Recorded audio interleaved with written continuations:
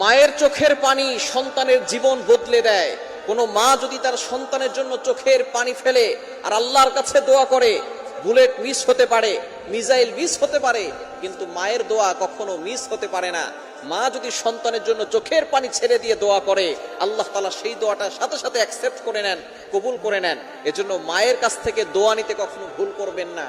মায়ের কাছে বারবার আপনি দোয়া চাইবেন, মায়ের খেদমত করবেন, মায়ের সেবা করবেন, মা যেটা বলে সেটা শুনবেন।